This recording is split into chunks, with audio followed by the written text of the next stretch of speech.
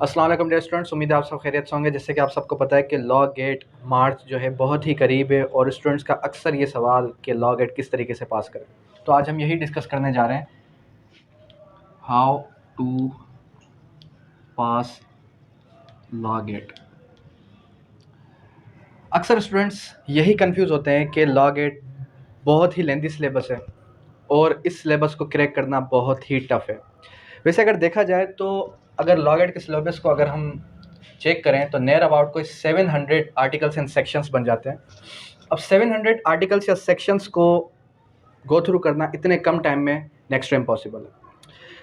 अब करना क्या है, आपने करना ये है कि सबसे पहले आपने फोकस करना है क्यूएसओ, सीपीसी और लीगल एथिक्स और इसके अलावा क्रिमिनल लॉ। इसमें सबसे इजीएस्ट जो पोर्शन है वो है लीगल एथिक्स का। लीगल एथिक्स रूल 134 से लेके 175 तक इतने कम रूल्स हैं और इन रूल्स को अगर आप गो थ्रू करें तो नियर अबाउट कोई 1.5 से 2 पेज बनते हैं। अब ये जो रूल्स हैं, इन रूल्स को पढ़ना बहुत ही इजी भी है और नियर अबाउट कोई आप आधे घंटे में सारे के सारे रूल्स पढ़ जाएंगे। रही बात दूसरे सब्जेक्ट्स की, तो दूसरे सब्जेक्ट्स के अंदर जो आपकी वेटेज है वो ज़्यादा है। किसकी वेटेज ज़्यादा है? क्यूएसओ और सीपीसी और क्रिमिनल लॉ। इसके भी 20 मार्क्स हैं, इसके भी 20 मार्क्स हैं, इसके भी 20 मार्क्स हैं, इसके 10 मार्क्स हैं। अगर लीगल एथिक्स को अच्छे तरीके से पढ़ेंगे आप तो नियर अबाउट कोई 7 से 8 मार्क्स ऑब्टेन कर लेंगे। अब तैयारी किस तरीके से करनी है? तैयारी आपने स्टार्ट इस तरीके से करनी है, नियर अबाउट कोई 5 से 6 घंटे आपने बैरक्स पर फोकस करना है। किस पर फोकस करना है? बेयर एक्ट्स पर। जितना ज़्यादा बैरक्स पर फोकस करेंगे उतने ज़्यादा चांसेस हैं कि आपने उतने ज़्यादा मार्क्स ऑब्टेन करें। अक्सर स्टूडेंट्स यही करते हैं कि सर नोट्स दे दें, सर पास एमसीक्यूज़ दे दें, या सर नियर अबाउट कोई 200 300 400 एमसीक्यूज़ हमें याद करवा दें। एमसीक्यूज़ की तैयारी हरगिज़ एमसीक्यूज़ से कभी भी नहीं होती। जब तक आप बैरक्स को ओपन नहीं करेंगे, उसकी स्टेटमेंट्स को नहीं पढ़ेंगे, तब तक आपको चीज़ें क्लियर नहीं होंगी। मैं यहाँ पर कितने ही अच्छे तरीके से पढ़ा दूँ, लेकिन जब तक बैरक्स आपके सामने ओपन नहीं होंगे आपको मेरी बात भी समझ में नहीं आएगी। ठीक है, तो करना क्या है, क्लास अटेंड करने से पहले नियर अबाउट कोई 1 से 2 बार जो आज हम पढ़ाएंगे वही आपने 1 से 2 बार पढ़ लेना है ताकि आपको चीज़ें रिकॉल होती रहें। इसकी एक्सरसाइज के लिए हमने वेब जनरेटेड टेस्ट स्टार्ट किए। उसका पैटर्न मैं आपको समझा देता हूँ, क्या पैटर्न है, किस तरीके से आपने जो है वेब जनरेटेड टेस्ट देने हैं। अब ये हमारे पास वेब जनरेटेड मॉक टेस्ट है। अब जो मॉक टेस्ट है, मॉक टेस्ट के अंदर आपने जाना है और मॉक टेस्ट जैसे ही आप देंगे तो ये सारे के सारे आपके पास क्वेश्चंस आ जाएंगे। फर्स्ट टाइम में देंगे तो क्वेश्चंस कुछ और होंगे, सेकंड टाइम में क्वेश्चंस जो हैं शफल्ड होते हैं। एक टेस्ट के अंदर 30 एमसीक्यूज़ भी हो सकते हैं, 50 एमसीक्यूज़ भी हो सकते हैं, 100 एमसीक्यूज़ भी हो सकते हैं। उसके बाद आपने करना क्या है, उसके बाद आपने करना ये है कि आपने जो है टेस्ट ओपन किया और टेस्ट ओपन करने के बाद जस्ट वेट,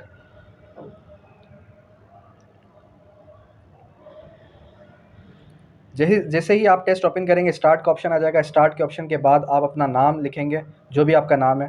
उसके बाद क्वेश्चंस आ जाएंगे और टाइम काउंट स्टार्ट हो जाएगा। टाइम काउंट किस लिए? जैसे ही मैंने आपको बताया कि जैसे आप टाइम मैनेजमेंट करना सीख जाएं।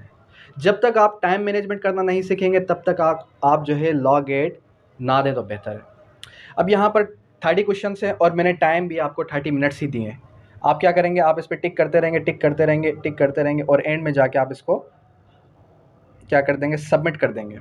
सबमिट करने के बाद जब आप व्यू स्कोर पे जाएंगे, व्यू स्कोर में जाने के बाद क्या होगा कि आपके पास जो है एक आंसर शीट आ जाएगी। आंसर शीट के अंदर जो जो क्वेश्चंस आपने रॉन्गली टिक किए हैं वो क्वेश्चंस भी आ जाएंगे और आपने कितने मार्क्स ऑब्टेन किए हैं, कौन कौन से राइट किए, ग्रीन आ जाएगा, बाकी अदर्स पे रेड आ जाएगा।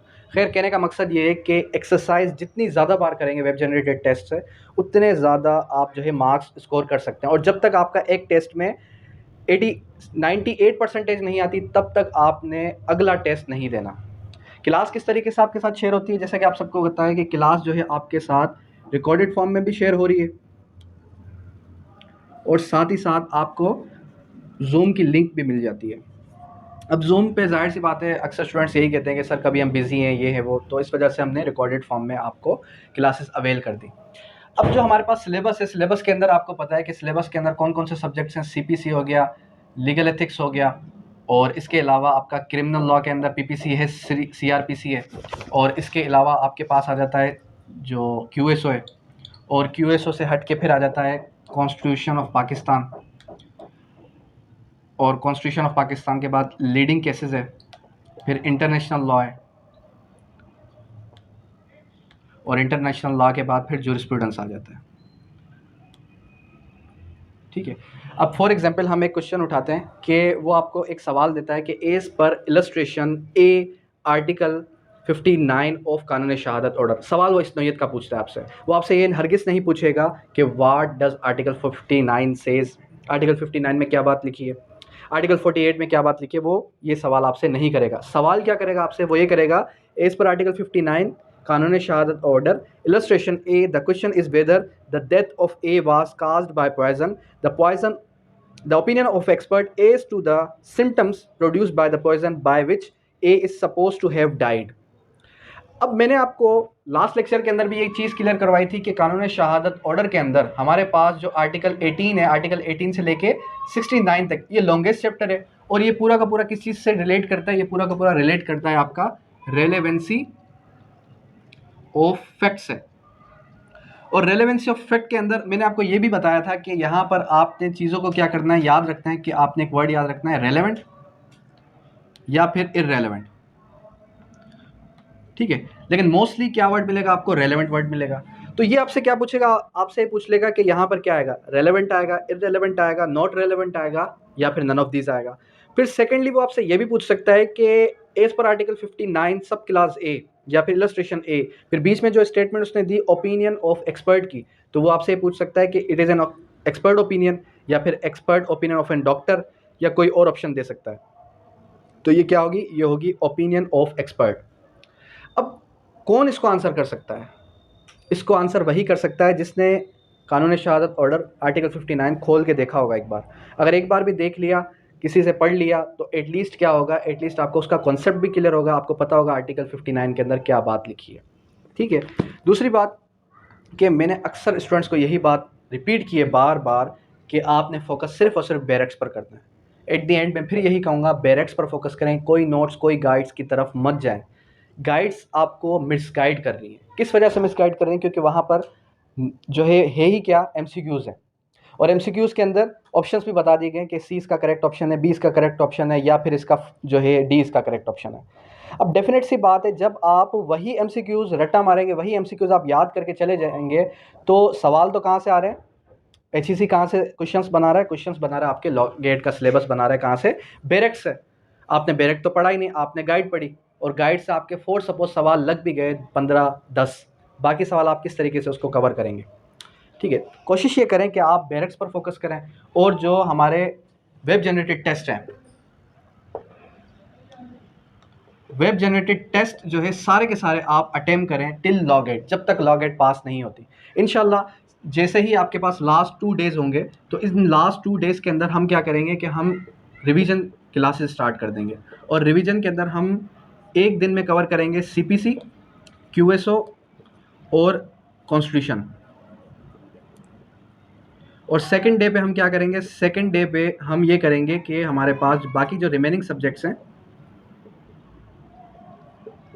इनको कवर करेंगे। अब ये जो क्लासेस हैं, डेफिनेट सी बात है, ये 2 डेज़ वाली क्लासेस आपकी जो है वो नियर अबाउट चलेगी 6 आवर्स, और 6 आवर्स आपके पास टाइम हो ना हो, लेकिन आपने वो क्लास अटेंड करनी है एनी हाउ। ठीक है, फिर जो लास्ट डे होगा हमारा, इस लास्ट डे पे मैं आपको पढ़ाऊँगा नहीं, फिर क्या करूँगा मैं आपसे एक 100 मार्क्स का एक मॉक टेस्ट लूँगा। वो मॉक टेस्ट क्या होगा, वो मॉक टेस्ट ऐसा होगा जो कि स्कैटर्ड होगा, जिसके अंदर क्यूएसओ भी होगी, जिसके अंदर सीपीसी भी होगी, जिसके अंदर ये सारे के सारे 10 सब्जेक्ट्स होंगे। ठीक है, वो टेस्ट देने से आपको एटलीस्ट माइंड में ये बैठ जाएगा कि सवाल किस टाइप के आ सकते हैं अपकमिंग लॉ गेट में। अब यहाँ तक कोई क्यूरी, कोई भी क्वेश्चन तो आप पूछ सकते हैं। Thank you, that's all.